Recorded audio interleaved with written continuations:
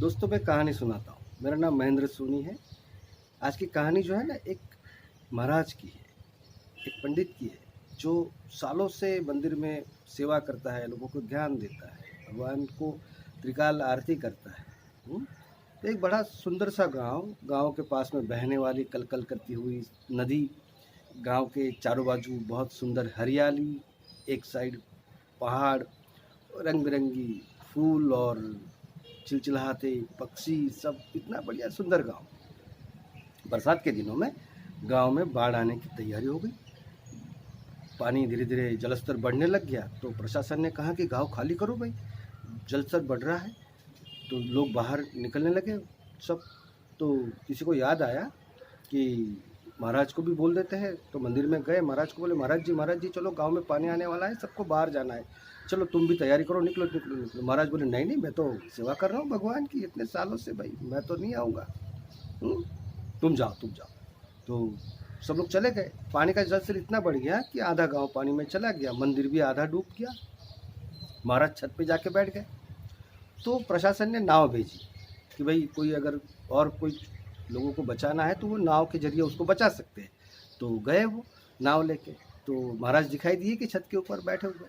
तो महाराज चलो चलो चलो, तुम्हारे लिए मैं नाव लेके आया हूँ, बैठो, चलो चलो, और पानी बढ़ने वाला है, तुम जल्दी से बैठो चलो। महाराज बोले ना ना, तुम जाओ, मैं तो मंदिर की सेवा कर रहा हूँ, भगवान मेरे साथ पे है, मुझे कुछ होने वाला नहीं है, तुम चलो, जाओ जाओ तुम जाओ, मैं नहीं आऊँगा। तो नाव वाले ने देखा, बहुत विनती किया, नहीं आया तो चला गया। पानी का जलस्तर बढ़ते बढ़ते बढ़ते बढ़ते पूरा गांव डूब गया, मंदिर भी डूब गया, और मंदिर का छोटा सा शिखर बाकी रहा ऊपर का। तो महाराज चढ़ते चढ़ते शिखर पे जाके बैठ गए। प्रशासन ने क्या किया, तीसरी बार हेलीकॉप्टर भेजा कि भाई कोई पेड़ पे चढ़ा हुआ है, कोई छत पे बैठा हुआ है। तो इस ढंग से बचाने का भरकस प्रयास किया प्रशासन ने। देखा तो महाराज छत के ऊपर वो जो कलश है मंदिर का, उसके ऊपर लटके हुए हैं।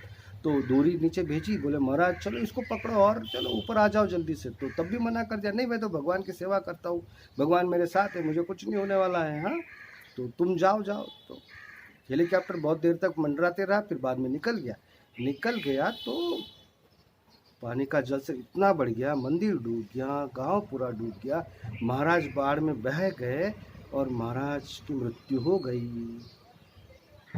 और पुण्य कर्म था, महाराज ने अच्छा अच्छा ज्ञान दिया, सेवा किया भगवान की, तो उनको स्वर्ग में, उनको भगवान के दरबार में वो चले गए। तो भगवान बैठे और महाराज तो गुस्सा हो गए भगवान के ऊपर कि तुमने मुझे मरवा दिया, मुझे बचाने के लिए नहीं आए हूँ, मैं कितने सालों से तुम्हारी सेवा कर रहा हूँ, त्रिकाल संध्या दे रहा हूँ, लोगों को अच्छा अच्छा ज्ञान दे रहा हूँ। तो भगवान तो मुस्कुराते रहे, देखते रहे कि महाराज गुस्सा हो रहे। तो भगवान बोले हाँ ठीक है, तुम्हारा गुस्सा अभी खत्म हुआ क्या नहीं, बंद कम हुआ क्या नहीं। तो महाराज गुस्सा ही कर रहे थे। तो बोले सुनो सुनो सुनो, जब बाढ़ आने के चालू हो गया था गांव के अंदर, तो मैं तुम्हें बोलने आया कि बाढ़ आ रही है, पानी आएगा, चलो तुम बाहर निकलो, तब तुम नहीं माने। दोबारा मैं नाव लेके आ गया, नाव में तुम्हें बिठाने के लिए, चलो महाराज जी इतनी सेवा कर रहे हैं सबकी, तो चलो, तब भी तुम नहीं माने। तीसरी बार हेलीकॉप्टर लेके आए, तुम कलश से लटके हुए थे, तब भी तुम नहीं आए ना। मेरी क्या गलती है, तुम मुझे डांट रहे हो, तुम अपने बुद्धि से जिए, हम भी ऐसे ही कर रहे हैं जीवन में। हाँ? कि दुख जब बढ़ जाता है हमारा, आ जाता, तो हम कोसते रहते हैं भगवान को कि मेरे तरफ ध्यान नहीं दे रहा है, मैं इतना कुछ कर रहा हूँ, ये कर रहा हूँ, ये कर रहा हूँ।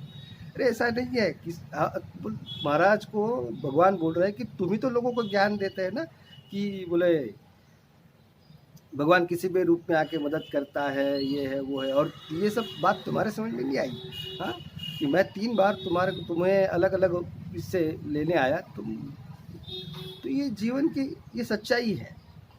दुख बढ़ जाता है तो हम कोसते हैं, भगवान को भी और समाज को भी कोसते हैं, मगर विवेक बुद्धि से, सजगता से, जागरूकता से देखना चाहिए कि इस वक्त ऐसे जो वक्त आता है ना कोई हमें जरूर से आता है बचाने के लिए, साथ देने के लिए, मदद का हाथ बढ़ाने के लिए आता है, तो वहाँ सजगतापूर्वक देखना चाहिए। हाँ, तो हमें भी ऐसा करना चाहिए। कोई दुखी है, कोई तकलीफ में है, तो हमें भी उसका हाथ पकड़ के उसको सहारा देना चाहिए। हाँ?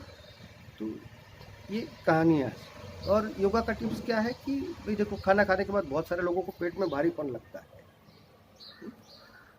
तो वज्रासन में बैठना चाहिए। एक ही आसन ऐसा है कि आप वज्रासन में बैठ सकते हैं खाना खाने के बाद। मुस्लिम लोग जो नमाज पढ़ते हैं तो वो वज्रासन में बैठ के ही वो करते हैं, है ना।